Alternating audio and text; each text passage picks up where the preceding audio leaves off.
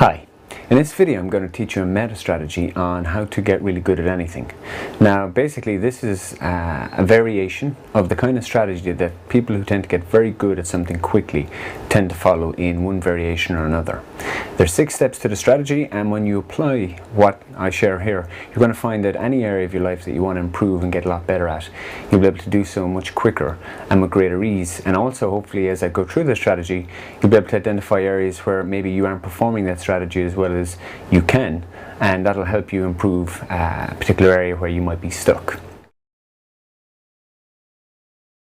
In order to get good at anything, what I'm basically talking about is that you have the distinction, skills and experience hardwired, in terms of wired up in the body, in order for you to be able to do whatever it is that you want to get better at, whether that is to be fitter, have a better relationship, or if you want to become a better communicator, whatever it is.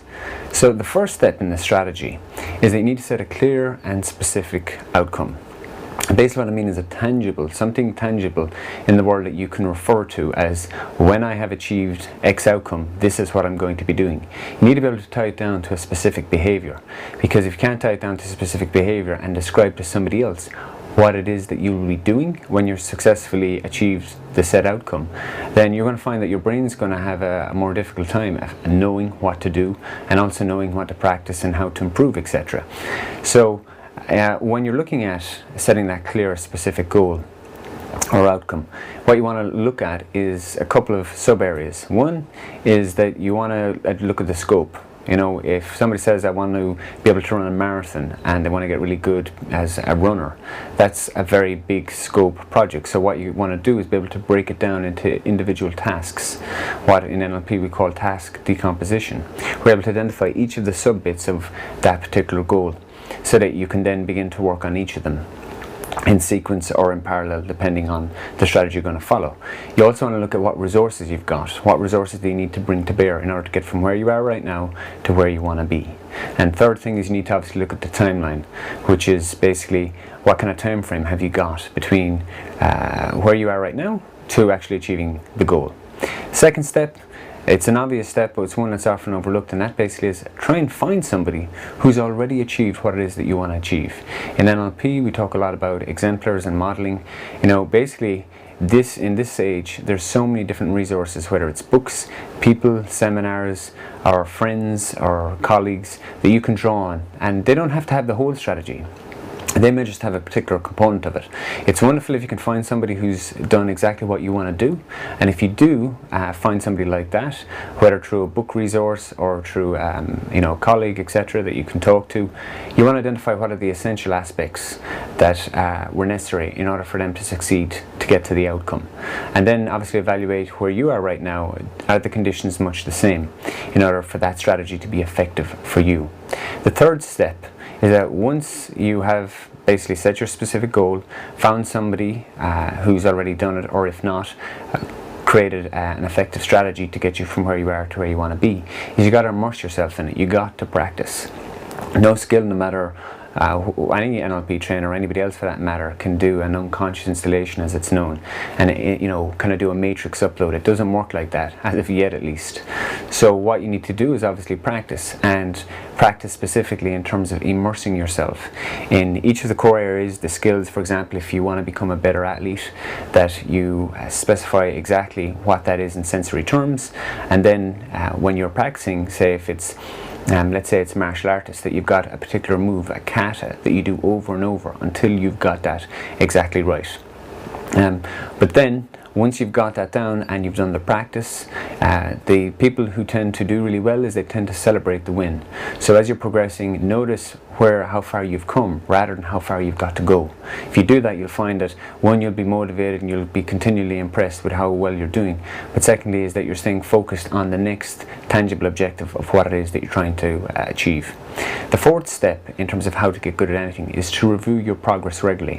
What that basically means is that wherever you are, it doesn't matter if you're trying to launch a business or if you're trying to lose 10 pounds, is identify what's working well, what isn't working well, or what's not getting you a result. What is it that you do differently, and what is it that you can improve that you're going to do the next time you repeat that said behavior or action. Once you follow this kind of regular review process, you'll find that very quickly you'll be able to error correct.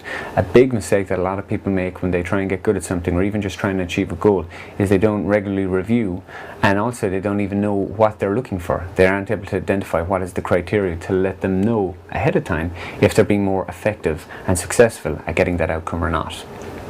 The fifth component of this strategy of how to get good at anything is be tenacious. You're going to find that as you've taken a particularly big goal or something that's going to take quite a while to achieve, then you're going to need the tenacity to continue to follow through, especially when you don't necessarily feel like it. It's easy to fall off the horse, so to speak, and not get back on.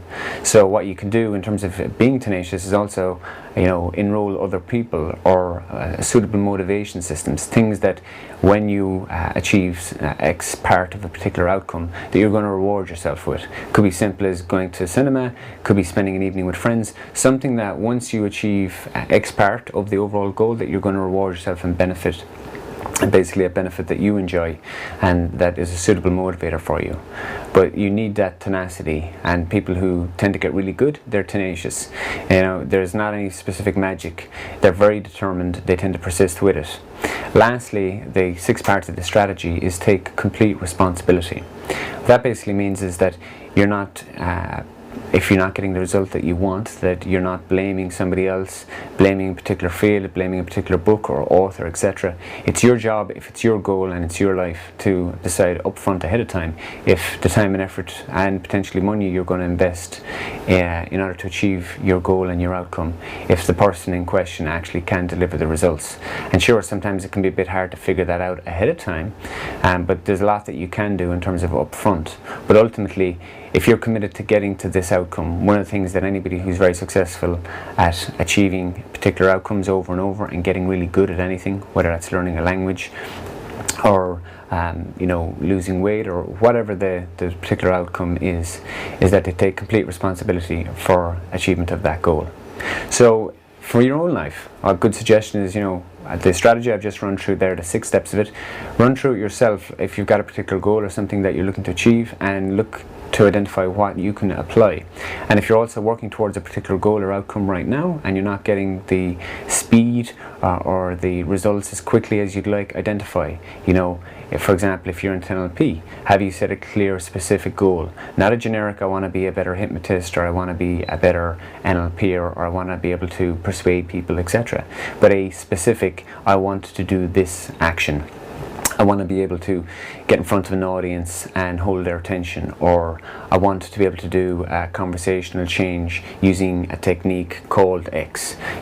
Whatever it is that's your particular outcome. If you're not into NLP and you're just general person development, or you're interested in NLP in general, it might be, in terms of weight, or if it's in fitness, that you want to, rather than saying that you want to become fit or fitter, which is too generic, set it into a tangible, specific, measurable outcome, which basically means, you might say that you want to be able to run a mile in 7 minutes and do 100 press-ups, and you want to be able to do this within the next 6 months. Because once you know what the objective is, you can then plan back and figure out, okay, where am I right now? What are the constraints I've got to work within in terms of resources, in terms of time, and also in terms of knowledge set, etc., that you can bring to it, and then identify what resources do you need to bring to get you from where you are to where you want to be. So what I'd encourage you to do now is go ahead and look to apply this particular strategy in your own life. I promise you it will make a huge difference in your ability to get really good at anything you so decide. In the meantime, go ahead and subscribe to my channel, and if you've got any questions, feel free to email me or leave a comment under this video. Thanks for watching.